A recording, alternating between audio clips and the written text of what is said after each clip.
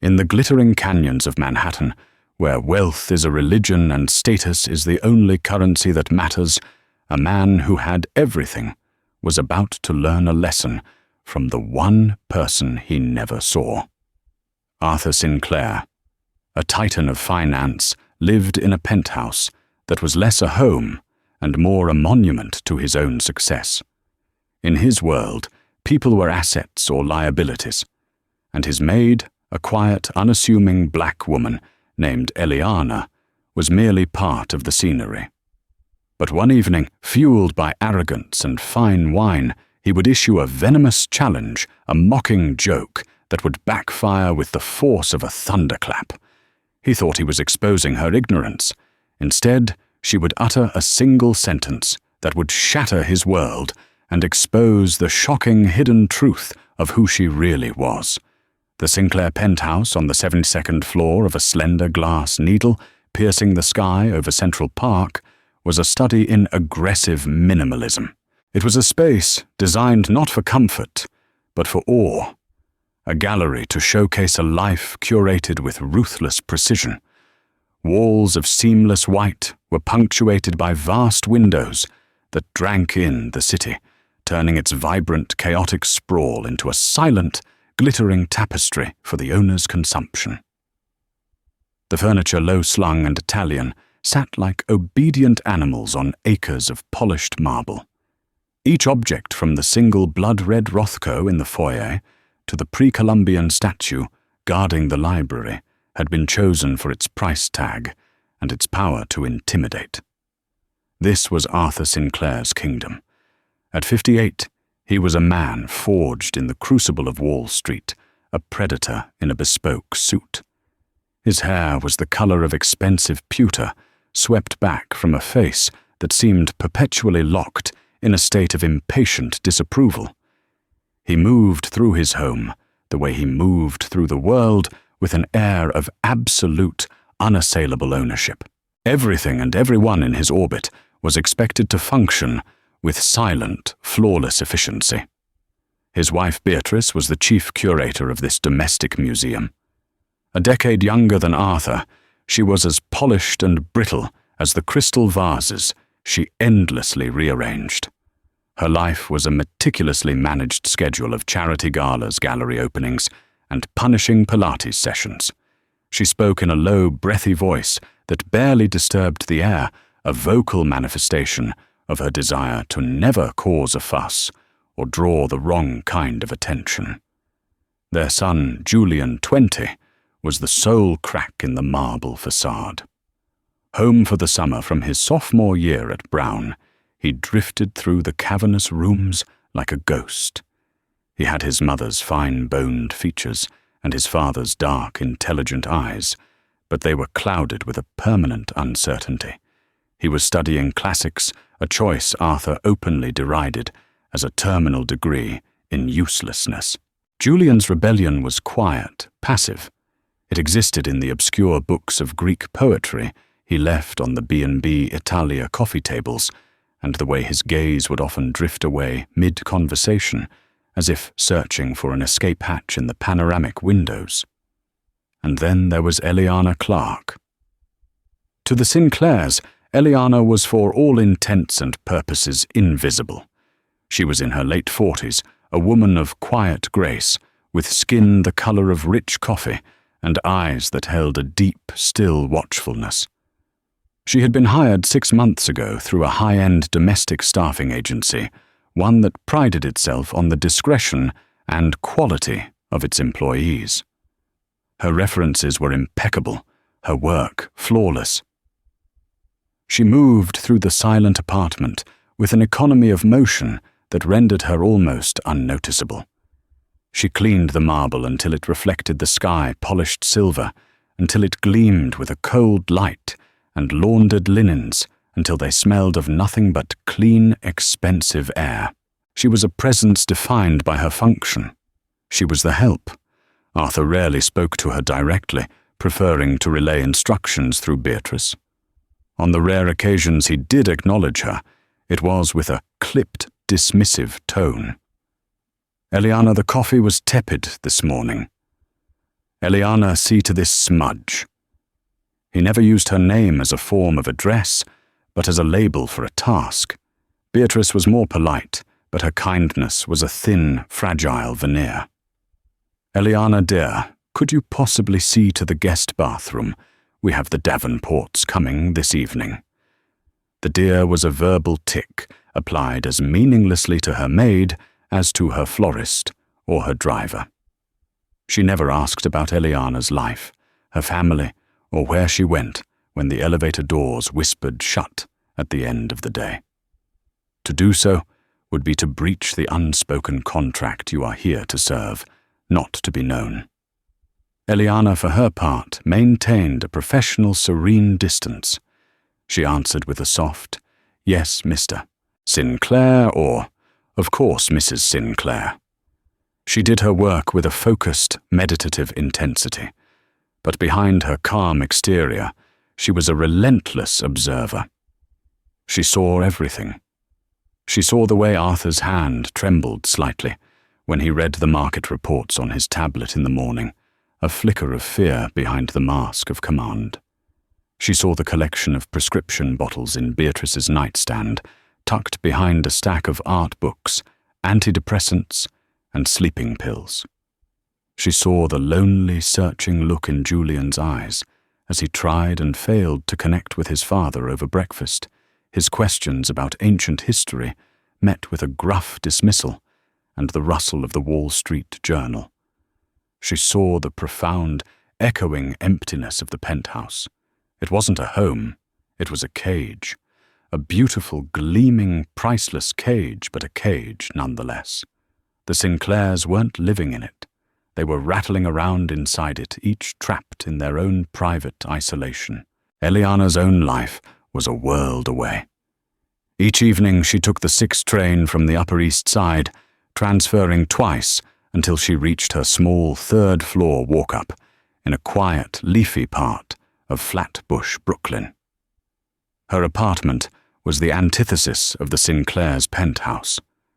It was small, but it was filled with warmth and life. Books overflowed from shelves not just for decoration, but dog-eared and well-loved. The air smelled of lemon tea and old paper.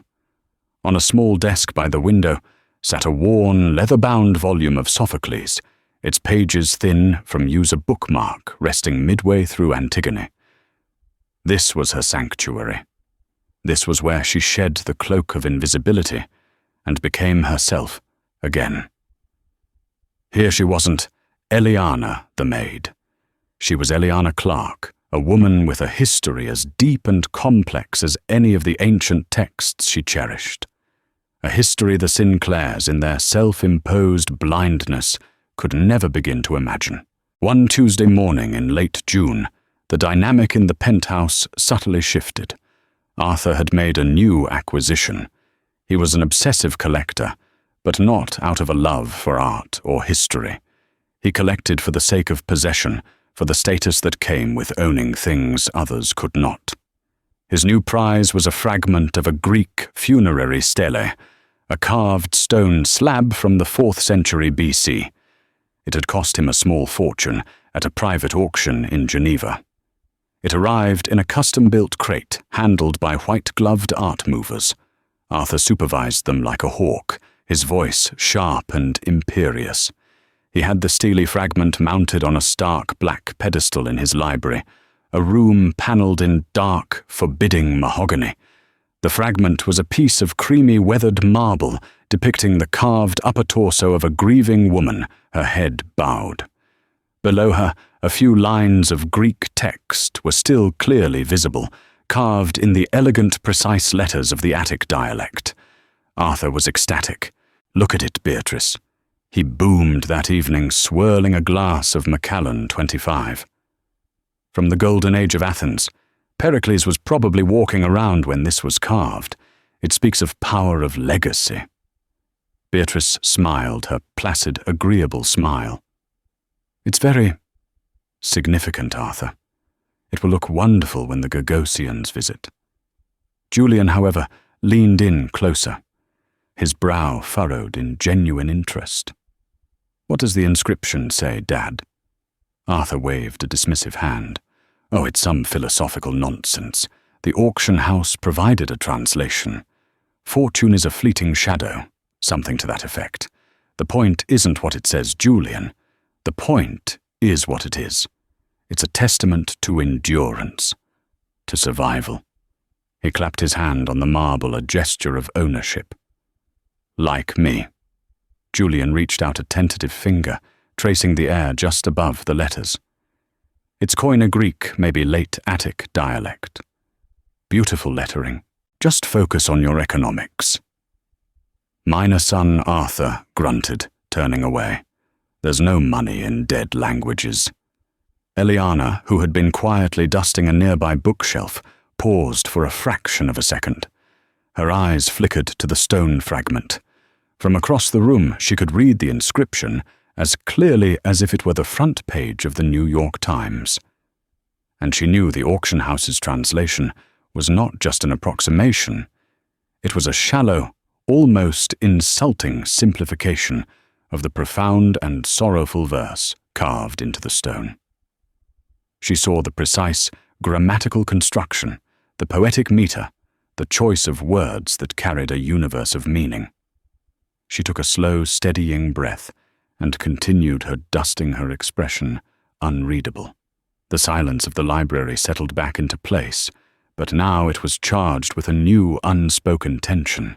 A secret was now present in the room, living in the space between the arrogant millionaire, the ancient stone, and the invisible woman who understood its language. The dinner party was Arthur Sinclair's preferred theatre. It was here, surrounded by his peers, other kings of capital real estate moguls, and silver-tongued corporate lawyers, that he felt most himself. The evening of the unveiling of his Greek stele was to be a particularly triumphant performance. The guests were a predictable cast of characters from the upper echelon of Manhattan society. Charles Davenport, a rival private equity shark with a laugh that sounded like tearing metal, his much younger, surgically enhanced wife Serena, and a handful of other couples who measured their worth in stock portfolios and summer homes in the Hamptons. The penthouse buzzed with the low hum of self-congratulation. Beatrice, a vision, in a severe black Lanvin dress, drifted between guests, ensuring champagne flutes were never empty. Arthur held court in the library, his voice booming as he pontificated on the global economy, politics, and eventually his new acquisition. Eliana moved on the periphery of the scene, a shadow in a simple black dress and a crisp white apron. She served canapés, her face a mask of polite neutrality, her movements fluid and silent. She refilled wine glasses, cleared plates, and remained utterly professionally invisible.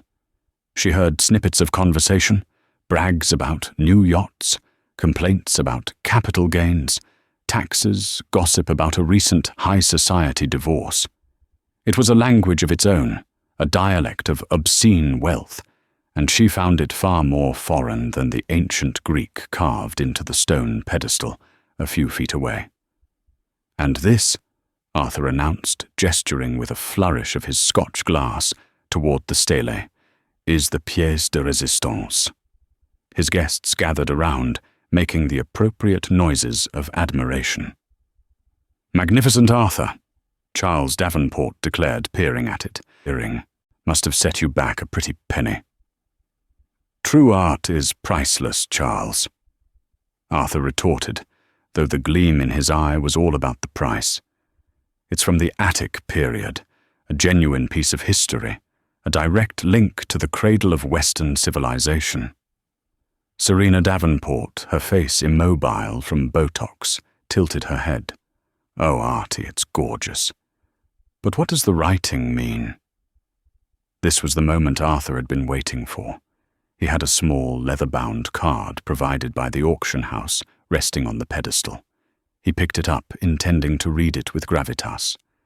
But a sudden perverse impulse, fueled by 2 glasses of scotch and a lifetime of unchecked arrogance, seized him. He wanted to do more than just show off the artifact. He wanted to demonstrate his own intellectual superiority, his mastery over all domains. He fumbled with the card, pretending to struggle. The translation they gave me is a bit pedestrian. Fortune's shadow is fleeting. It lacks poetry. The damn scholars, you know, they have no soul. It's all just grammar and syntax to them. He glanced around the room, a smirk playing on his lips. He was setting a scene.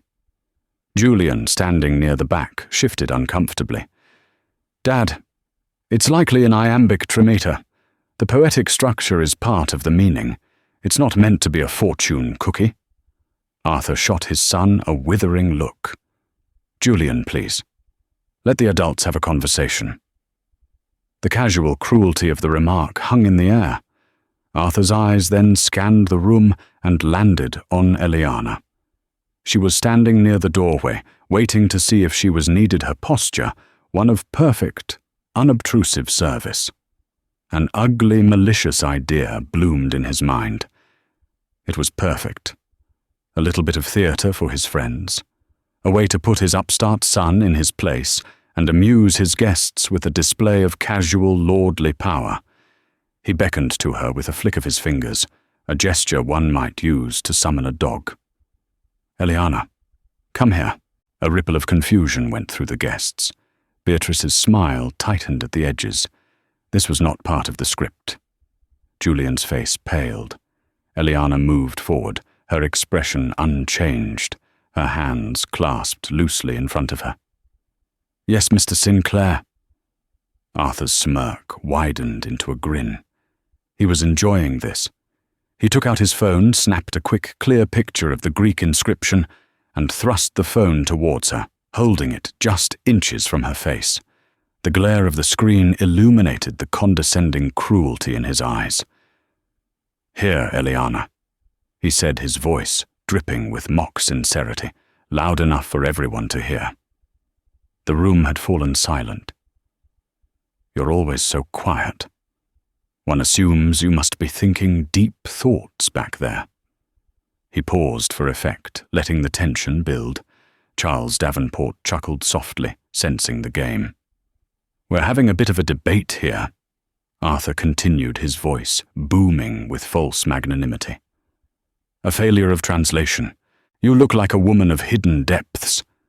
He leaned in closer, his voice dropping to a conspiratorial, mocking whisper that was still perfectly audible to everyone. "Translate this if you can." The words hung in the air, heavy and poisonous.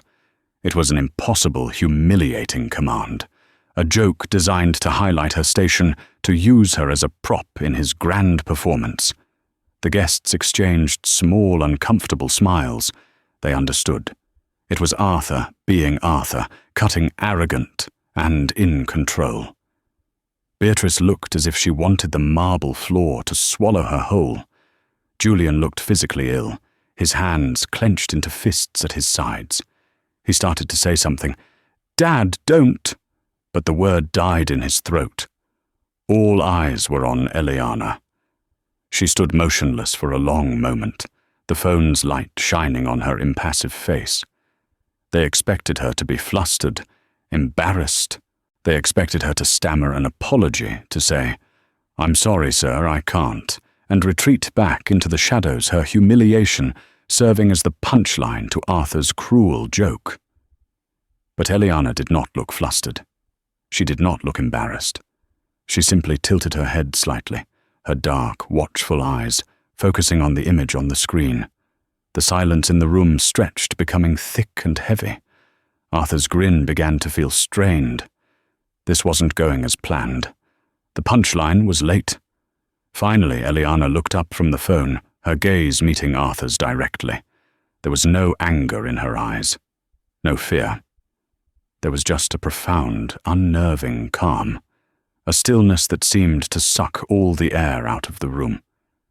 And then, in a voice that was quiet, but resonated with an authority that silenced every breath, she began to speak. Eliana's voice, when it came, was not the soft, deferential tone the Sinclairs were accustomed to. It was clear, measured, and carried a weight that seemed to press down on the opulent room, silencing the clinking of ice in glasses and the nervous shuffling of expensive shoes. She didn't look at the phone anymore.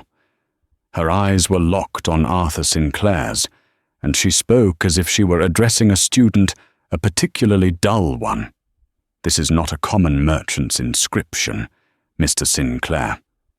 She began her diction, crisp and precise. "The lettering is late Attic from the cusp of the Hellenistic period, roughly 320 BC. The carver was highly skilled.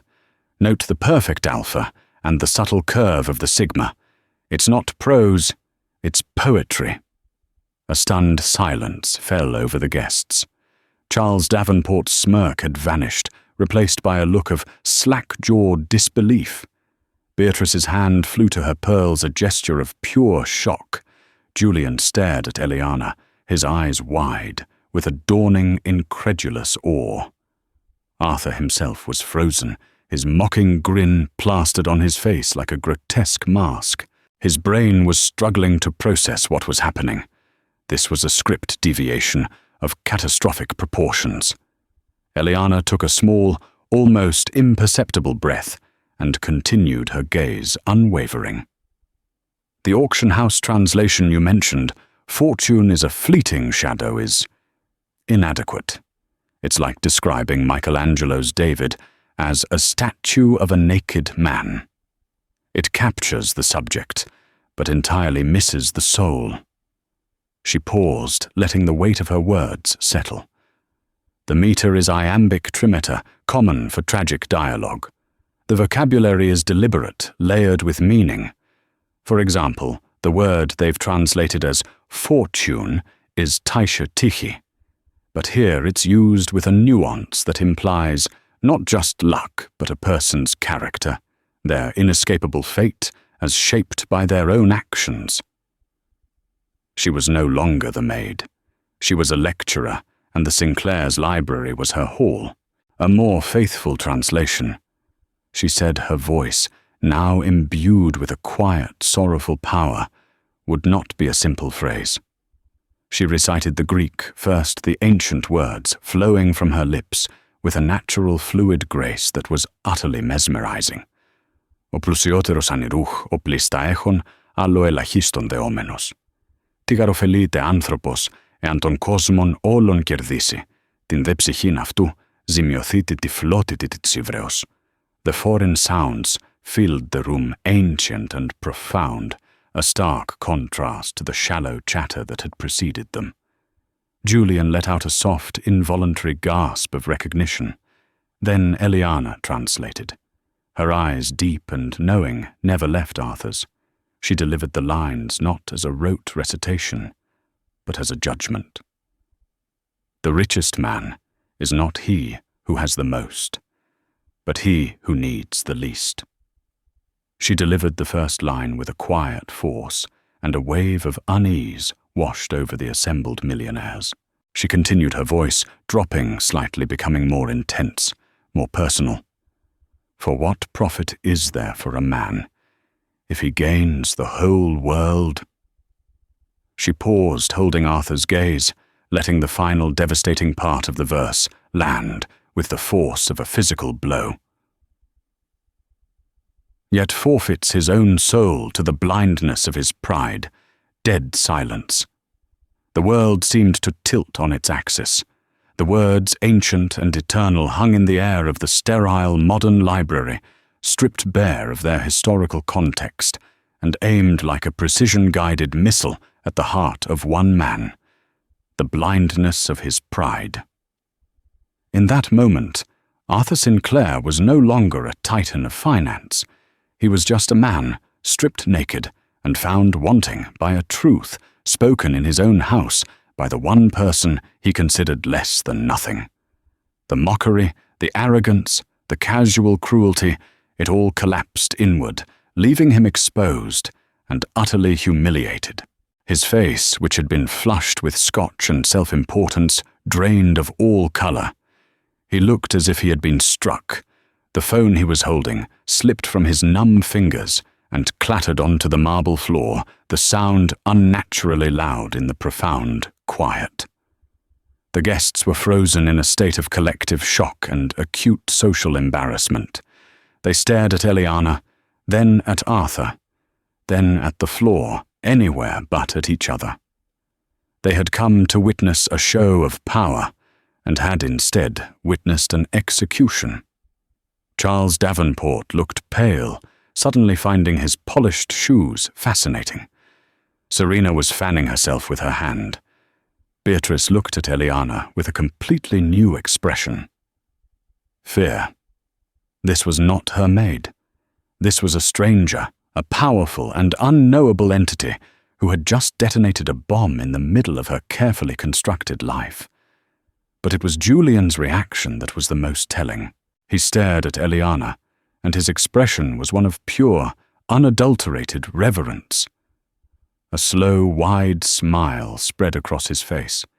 It was the first genuine smile anyone had seen from him all summer.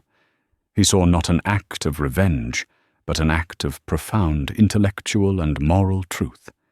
He was witnessing a scene straight out of one of his beloved Greek tragedies, the lowly, ignored figure speaking truth to the powerful, hubristic king. Eliana stood her ground for one more second, letting the truth of the moment solidify. Then, with the same quiet dignity with which she did everything, the spell broke. She gave a small, almost imperceptible nod, as if to say, "My work here is done." She bent down, gracefully picked up Arthur's fallen phone, wiped it with the edge of her apron, and placed it gently on the library table. Without another word, she turned and walked out of the library, her footsteps silent on the marble floor. She didn't retreat. She made an exit, and in her wake, she left a room full of the richest, most powerful people in the city, rendered utterly speechless by the invisible woman who had just shown them what true wealth and true poverty really looked like. The party was over. The fallout was not loud, but it was immediate and absolute. In the library, a thick, suffocating silence descended, punctuated only by the clatter of Arthur's phone on the marble floor. The sound was like a starter pistol, firing, signaling the end of the charade. The guests who, moments before, had been a confident pack of predators, were now a scattered herd of uncomfortable animals, caught in the glare of a truth they didn't want to witness. Charles Davenport, a man who prided himself on his ruthless composure, was the first to break. He cleared his throat, a loud rasping sound in the quiet room. "Well, Arthur," he began, his voice strained. Quite the evening." He avoided looking at Arthur, instead fixing his gaze on a distant point on the wall. "Martha and I have that early tea time in Greenwich tomorrow, so we really must be." His voice trailed off. He clapped a clammy, uncertain hand on Arthur's shoulder, a gesture devoid of its usual machismo, and practically scuttled from the room, his wife in tow. His retreat triggered a mass exodus. Excuses tumbled out, flimsy and transparent. The babysitter. A board call with Hong Kong. Feeling a sudden migraine. Each guest offered their polite fiction as they scurried towards the door, their faces a mixture of pity and a delicious, horrified thrill. They had come for a spectacle of wealth and had been treated to a far more compelling drama, the public dismantling of a king. As Serena Davenport passed by another guest in the foyer, Julian overheard her whisper a venomous little dart of schadenfreude. "Can you imagine skewered by the help? Arthur will never live this down." Within 10 minutes they were gone. The penthouse, which had buzzed with smug energy, was now a mausoleum. Half-empty glasses sweated onto polished surfaces. Plates of exquisitely crafted uneaten food sat like offerings at a failed ritual. And in the center of the library, the Greek stele stood on its pedestal, no longer a trophy, but an indictment carved in stone. Beatrice, her face A pale, taut mask of fury rounded on her husband. Her panic was not for his wounded pride, but for the catastrophic breach of their social armor. "Do you have any idea what you have just done, Arthur?" She hissed her voice, a low, trembling wire of rage. "You made us a laughingstock. You turned our home into a stage for your own humiliation. The Davenports, the Goldsteins. Everyone, it will be all over the city by morning." "I didn't," Arthur started, his voice a hoarse croak. "You didn't what?" She cut him off, her voice rising. "You didn't decide to play some cruel, idiotic game with the staff. You stood there, puffed up like a peacock, and you handed her a loaded gun. Arthur." And she fired it right back in your face. Julian, who had been standing silently by the window, finally spoke. His voice was calm, but cut through his mother's hysteria with startling clarity. "She didn't fire a gun, Mother. She held up a mirror." Beatrice whirled on him. "Stay out of this, Julian. This has nothing to do with you." "It has everything to do with me," he countered, stepping forward into the light. He looked from his frantic mother to his catatonic father. For the first time, the perpetual uncertainty in his eyes was gone, replaced by a firm, clear resolve. "He's been treating people like that for my entire life. The drivers, the waiters, his own assistants, me." She was just the first one he couldn't bully into silence. She told the truth, and you're not angry that she lied. You're terrified because every word she said was true. The accusation hung between them, irrefutable. Beatrice stared at her son, as if seeing a stranger, her anger momentarily replaced by shock. Arthur jolted from his stupor. By the crossfire felt a surge of raw, defensive fury. It was a desperate instinct to reclaim the power that had been so masterfully stripped from him. He ignored Beatrice and Julian. His focus narrowed to one single burning question. "Where is she?" he snarled. He strode from the library, his movements stiff, his face a thunderous mask. He found her in the cavernous, sterile kitchen. The scene was stark. The cold, brushed steel of the appliances gleamed under the harsh track lighting. The rhythmic hum of the sub-zero refrigerator was the only sound. Eliana was not hiding. She stood by the service elevator, her small handbag held in front of her. She had taken off her white apron, folded it neatly, and placed it on the steel countertop. The symbolic act was not lost on him. She was no longer in uniform. She was waiting for him, her expression as calm and unreadable as the surface of a deep lake.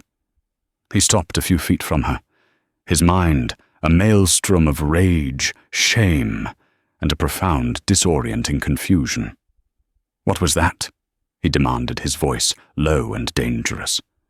"What kind of sick game were you playing?" "It wasn't a game, Mr. Sinclair," she replied, her voice even without a trace of fear or triumph. Her composure was salt in his wound. "Don't lie to me," he spat. "All this time, this quiet, simple little act. What was it for? To wait for a moment to make a fool of me." "I have never been anything but what I am," she said simply. His frustration boiled over. He needed to reassert the old hierarchy, to put her back in the box he had created for her. He let out a harsh, incredulous laugh. "And what is that exactly? Who are you?" The question was a weapon, a demand for submission. Eliana met his furious gaze without flinching. "My name is Eliana Clark." "I know your name," he roared, taking a step closer. "That, in there the Greek, the poetry. Where did a maid learn to do that?" A flicker of something, not pity, but a deep, academic weariness crossed her face. "You assume I learned it. It's a common mistake of the proud to assume everyone else's knowledge is merely a smaller version of their own." She paused. "I didn't learn it, Mr. Sinclair. I taught it." The word hung in the sterile air. Taught. Arthur's mind reeled. taught what you were, a substitute teacher, a tutor. He was grasping, trying to fit this new information into his rigid worldview. His condescension was a reflex, a desperate attempt to regain his footing. Let me guess, a professor. A professor. Of what? Home economics. The final pathetic jab landed and dissolved in the face of her unshakable dignity. Yes, she said, her voice clear and precise as the carving on the stele. A professor. For 12 years, I was a tenured professor of classics at Columbia University. My specialization was Attic Greek tragedy, with a specific focus on the works of Euripides. The words struck Arthur with the force of a physical blow. Columbia. The name resonated with everything he secretly aspired to: old-world prestige, intellectual legitimacy, a pedigree his new money could never quite buy. He felt a wave of vertigo, a sickening lurch in his gut as the entire foundation of his reality cracked. The woman who cleaned his bathrooms and took out his trash was a member of an intellectual elite he could only imitate with expensive purchases. He instinctively reached out and braced himself against the cold steel of a countertop. I don't understand," he stammered, the last of his rage evaporating, leaving only a raw, gaping bewilderment. "If you are, then why?" He gestured vaguely at the kitchen, at the apron on the counter. "Why are you working here as a—" He couldn't say the word. It was too absurd, too obscene in the face of this new reality. For the first time, Eliana's serene composure showed a hairline fracture, revealing the deep, profound sorrow beneath. Her gaze softened, moving from his face to a distant point beyond the kitchen walls. "Life," she said softly, "is not the neat linear progression you see on a stock ticker, Mr. Sinclair. It has its own seasons, its own tragedies."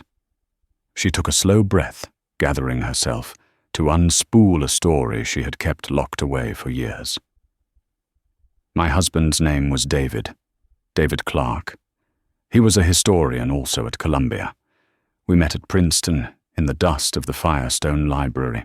We built a life together, a small apartment filled with more books than furniture, long dinners spent debating Thucydides' summers spent on archaeological digs in Greece. It was not a rich life in your terms. We had no portfolio, no art collection. But it was a full life, a life of the mind. It was everything to us." Arthur stood frozen, a captive audience to this raw, intimate history that was so alien to his own experience.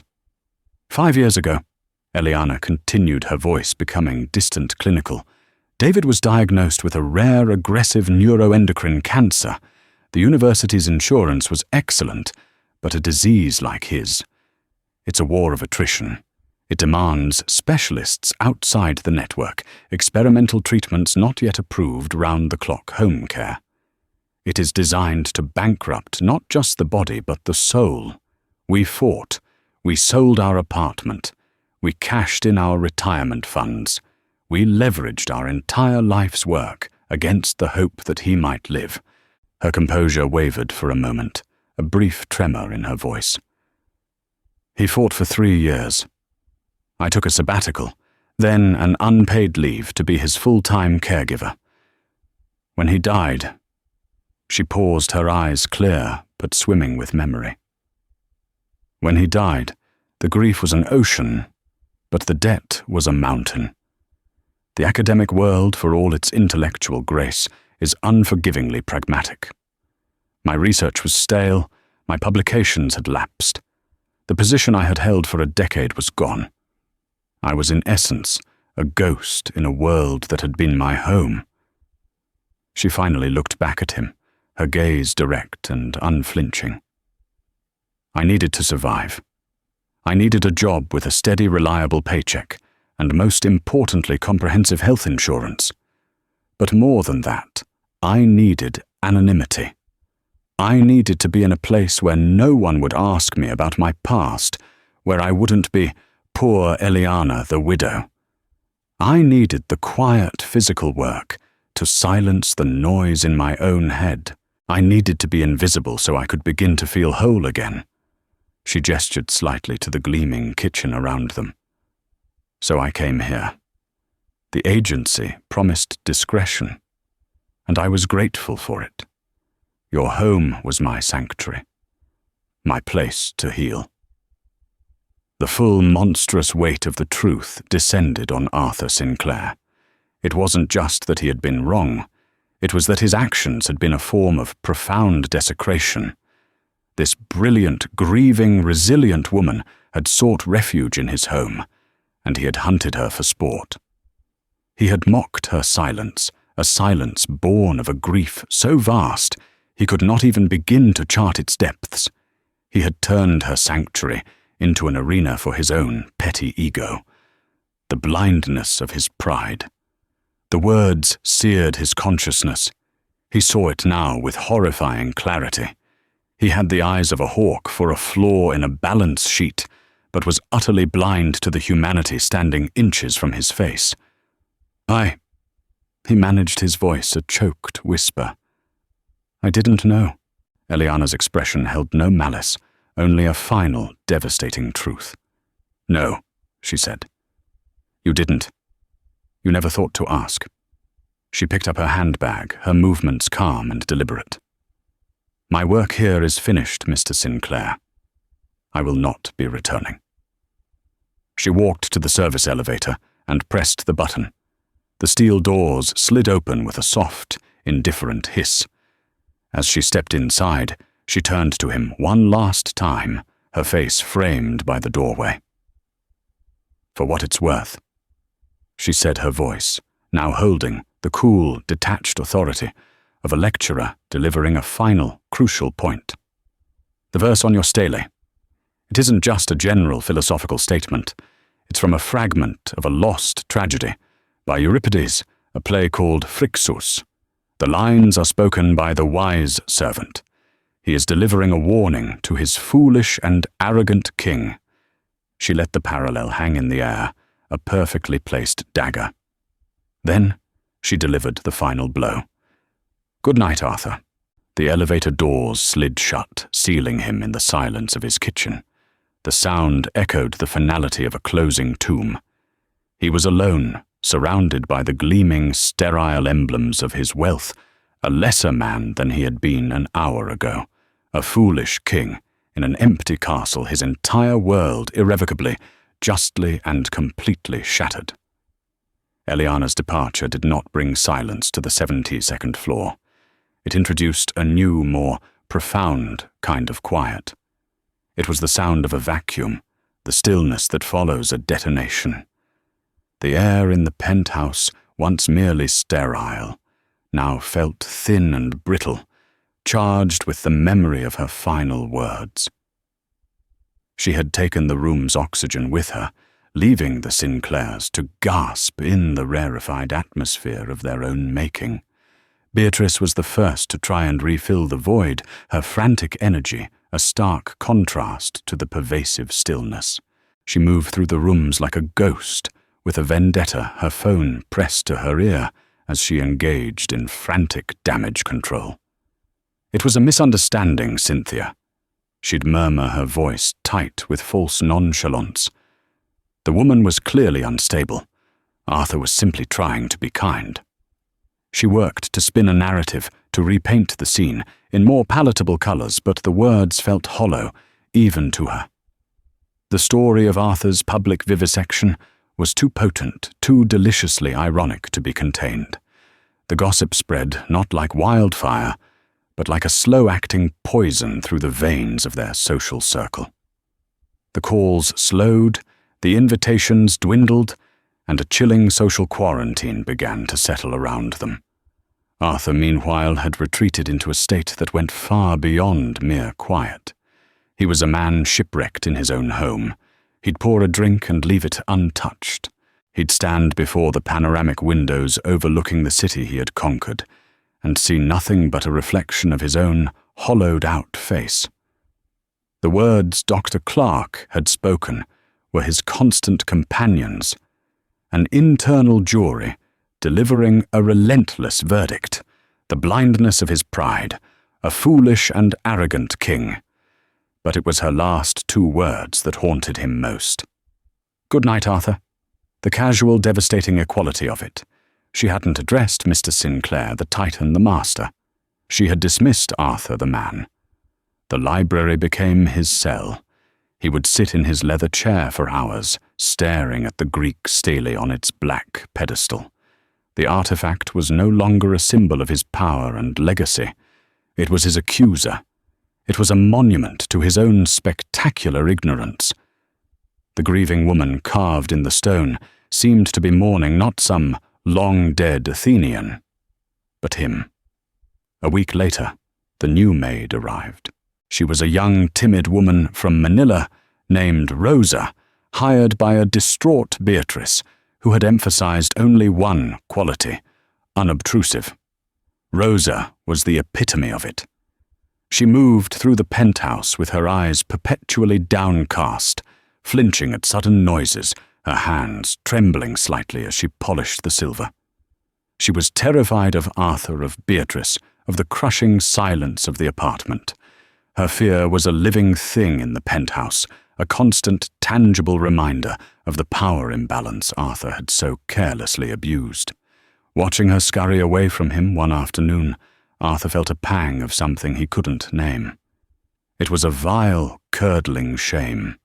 He saw Eliana's quiet dignity reflected in Rosa's terror, and understood for the first time that the former was a choice and the latter was a consequence. It was Julian who finally breached the walls of his father's self-imposed prison. He found him in the library late one night, the room lit only by the soft glow of the lamp on the desk. Arthur was staring at the stele. She was right, wasn't she? Arthur's voice was rough, unused. It wasn't a question expecting an answer. Julian moved to stand beside him. About the translation, yes. It's a well-known fragment, though a rare one. Scholars have debated its context for decades. Arthur finally turned from the stone to look at his son. There was no condescension in his eyes, only a deep, desperate weariness. No, not about the translation. About me. Julian held his father's gaze. The Greeks had a word for it, he said gently. Hubris. It's more than just pride. It's the arrogance of men who forget they are mortal, who believe they can defy fate and look down upon the world as if they were gods. Arthur sank into his chair, the leather sighing under his weight. A liability, he muttered. She made it sound like a liability. To them it was the greatest liability of all. Julian explained, his voice filled with the quiet passion he usually reserved for his books. Because hubris always invites nemesis, retribution.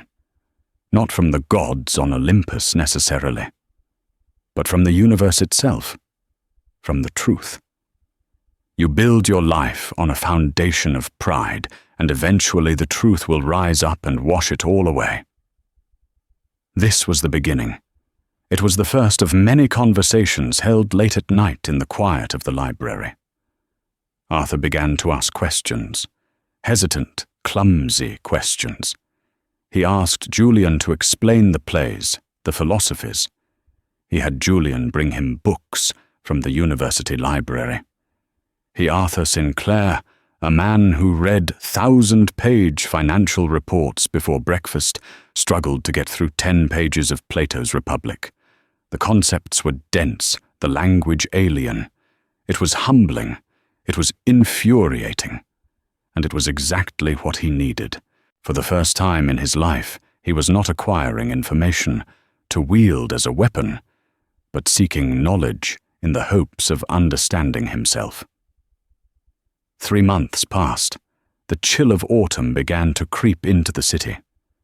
Julian, driven by a persistent need to close the circle, set out to find Dr. Clark.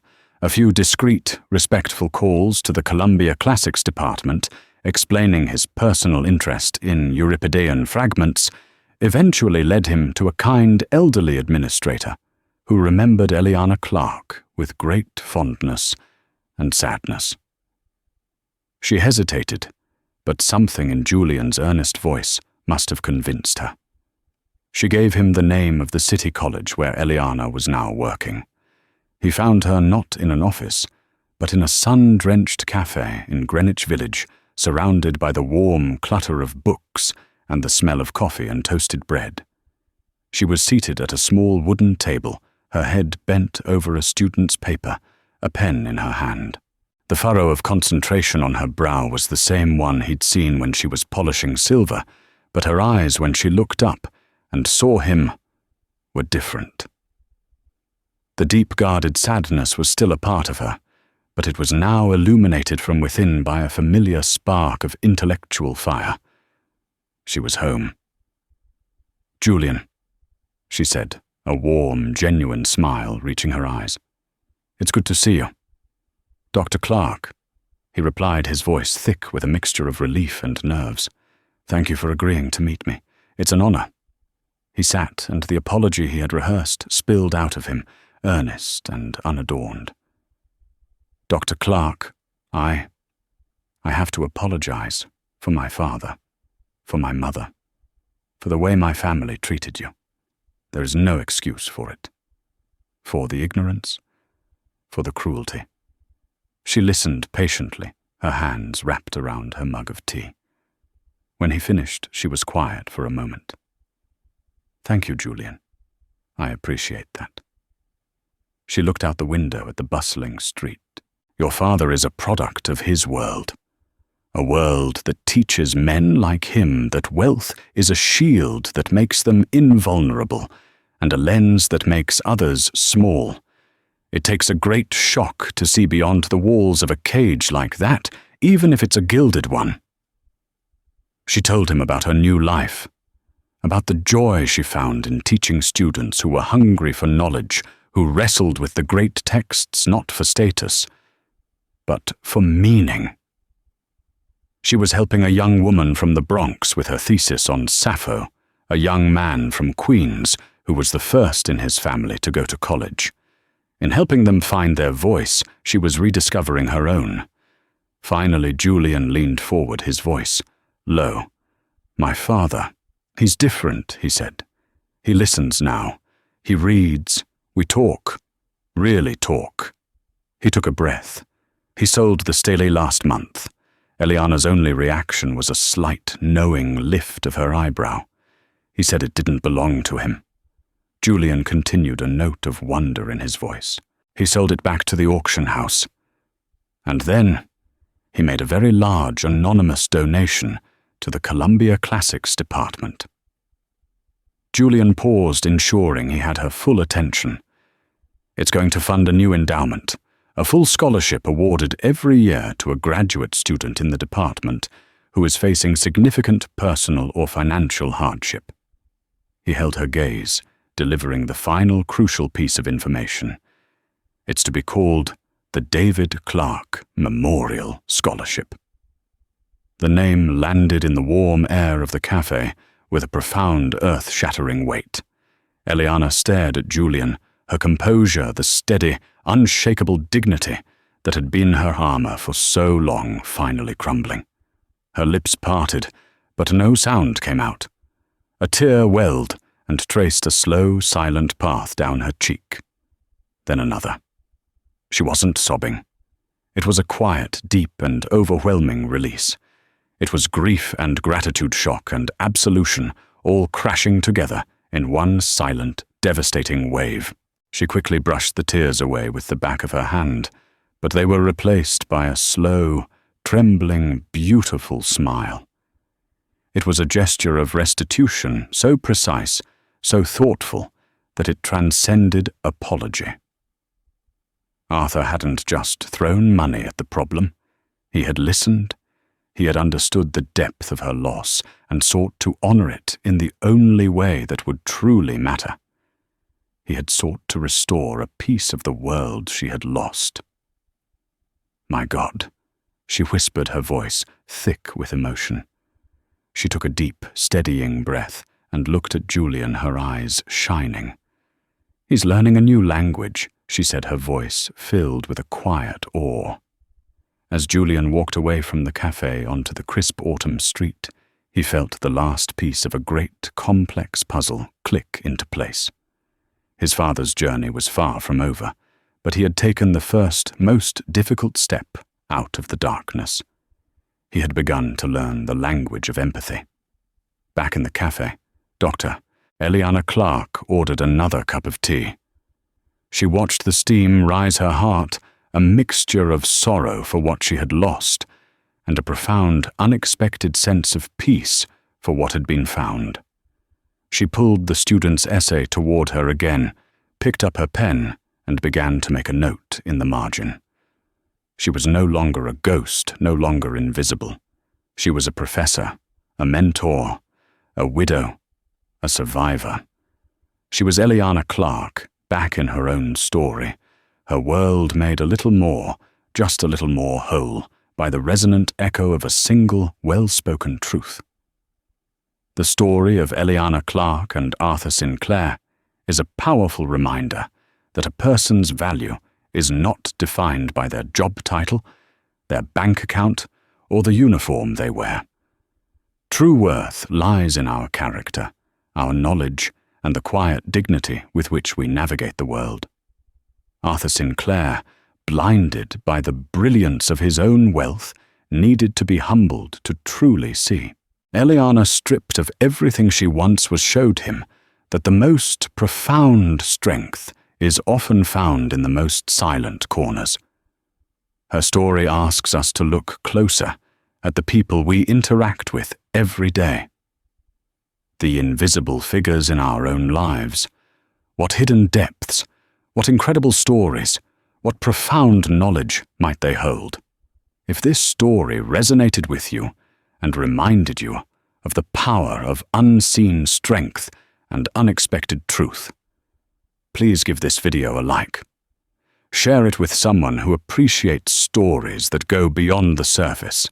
And most importantly, subscribe to our channel for more real-life dramas that uncover the extraordinary in the ordinary. What did you think of Arthur's final gesture? Let us know in the comments below.